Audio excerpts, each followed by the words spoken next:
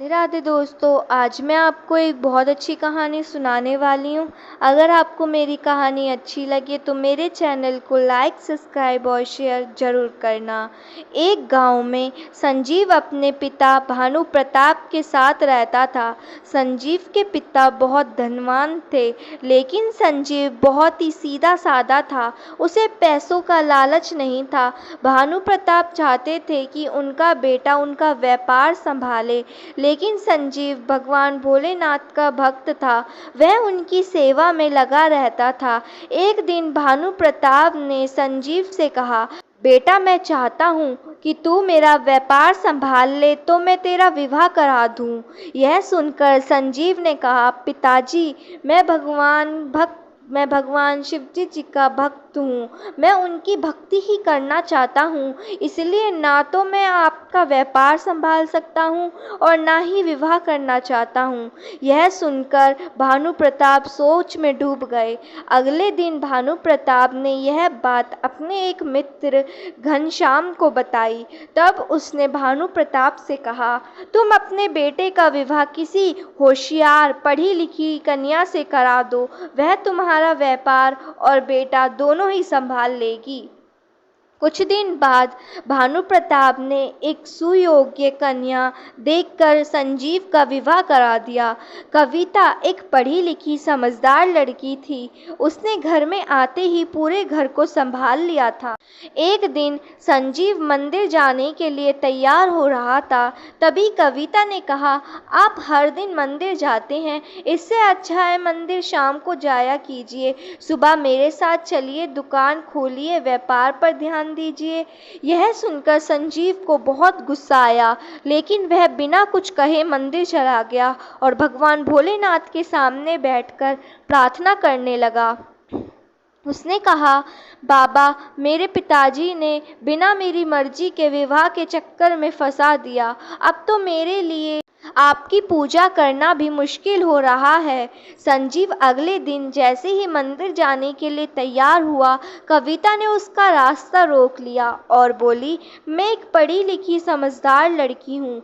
मैं भगवान को नहीं मानती हूँ। आजकल तो पैसा ही भगवान है। अपने भोलेनाथ को छोड़कर मेरे साथ दुकान पर चलिए। मैं आज आपको मंदिर नहीं जाने दूंगी। अगर जाना ही है तो शाम को चले जाइएगा।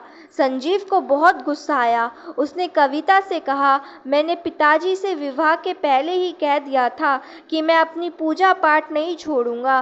फिर तुम क्यों जिद कर रही हो? लेकिन कविता नहीं मानी। हार कर संजीव को उसके साथ दुकान पर जाना ही पड़ा। दुकान पर कविता कपड़े बेच रही थी, लेकिन संजीव का मन दुकान पर नहीं लग रहा था। वह आज मंदिर नहीं गया था, इसीलिए वह बहुत परेशान था। तभी दुकान पर एक बूढ़ा आदमी आया। उसके कपड़े फटे हुए थे। उसने संजीव से कहा, बेटा, मेरे कपड़े फटे हुए हैं। आगे सर्दी का मौसम भी आने वाला है। क्या तुम मुझे एक कुर्ता दे सकते हो? लेकिन मेरे पास पैसे नहीं हैं। संजीव को उस पर दया आ गई। उसने तुरंत एक कुर्ता उस बूढ़े आदमी को दे दिया। तभी कविता ने उसे रोकते हुए कहा, आप ये क्या कर रहे हैं? बिना दाम लिए इसे कपड़े दे रहे हैं। यदि हमने ऐसा किया तो बहुत नुकसान हो जाएगा।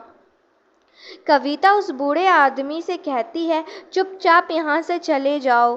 पूरे दाम लिए बिना हम तुम्हें कुर्ता नहीं देंगे। यह सुनकर वह बूढ़ा आदमी वापस चला गया, लेकिन संजीव को उस पर बहुत तरस आ रहा था। दोपहर के समय उसने कविता को खाना बनाने के लिए घर भेज दिया और वह कुर्ता लेकर उस बूढ़े आदमी को ढूंढने निकल गया। काफ़ी ढूंढने के बाद भी जब वह नहीं मिला तो वह शिवजी जी के मंदिर पहुंच गया। वहां उसने देखा कि मंदिर की सीढ़ियों पर वही बूढ़ा आदमी बैठा है। संजीव ने उसे आवाज़ दी, बाबा, ओ बाबा, देखिए मैं आपके लिए कुर्ता लाया हूँ। बूढ़े आदमी ने संजीव की आवाज़ सुनी और वह उठकर मंदिर के पीछे चल दिया। संजीव आवाज़ देते देते उनके पीछे पीछे चल दिया। मंदिर के पीछे जाने पर उसने देखा वह बूढ़ा आदमी खड़ा था। संजीव ने उससे कहा, बाबा, मैं आपके लिए दुकान से चुरा कर कुर्ता लाया था। आपको मैं काफ़ी देर से ढूंढ रहा हूँ। जल्दी से ये कुर्ता ले लीजिए। दुकान पर यदि मेरी पत्नी आ गई तो उसे सब पता लग जाएगा। यह कहकर वह उस बूढ़े आदमी को कुर्ता देने लगा। तभी उन्होंने कहा, बेटा, कुर्ता तो बहाना था। मैं तो केवल तुझे देखने आया था। तू हर दिन मुझसे मिलने आता है। आज नहीं आया तो मैं तुझसे मिलने खुद आ गया। यह सुनकर संजीव ने कहा, लेकिन बाबा, मैं तो पहली बार आपसे मिला हूँ। तभी वह बूढ़ा आदमी भगवान भोलेनाथ के रूप में प्रकट हो गया और उन्होंने कहा, जैसे भक्त तुझसे मिलने का इंतज़ार करते हैं, वैसे ही हम भी भक्तों से मिलने का इंतज़ार करते हैं। भगवान शिव को साक्षात सामने देखकर संजीव उनके पैरों में गिर गया और बोला, बाबा, मुझे क्षमा कर दीजिए। मैं मूर्ख आपको पहचान नहीं सका। आपको मेरे कारण इतना कष्ट झेलना पड़ा। मुझे माफ़ कर दीजिए। तभी संजीव ने कानों में किसी के रोने की आवाज़ पड़ी। उसने पलट कर देखा तो कविता वहाँ खड़ी रो रही थी। वह भी बाबा के चरणों में गिर गई। उसने कहा, बाबा, अपनी शिक्षा के घमंड में मैंने आपका अपमान किया। मुझे माफ़ कर दीजिए। इन्हें आपकी पूजा करने से रोककर मैं बहुत बड़ी भूल कर रही थी। मेरे कारण ही आपको कष्ट हुआ। मुझे सज़ा दे दीजिए। तब भगवान शिव ने कहा, तुम्हारे अंदर भक्ति जगाने का यही उपाय था। अब तुम दोनों अपना सांसारिक धर्म पालन करते हुए मेरी भक्ति करो। यह कहकर भगवान अंतर ध्यान हो गए। उनके जाने के बाद कविता ने कहा, मुझे माफ़ कर दीजिए। मैं तो गुस्से से आपको ढूंढते हुए मंदिर आई थी।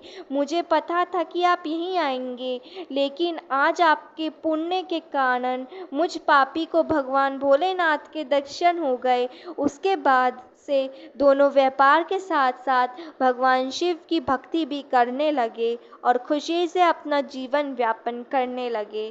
धन्यवाद दोस्तों।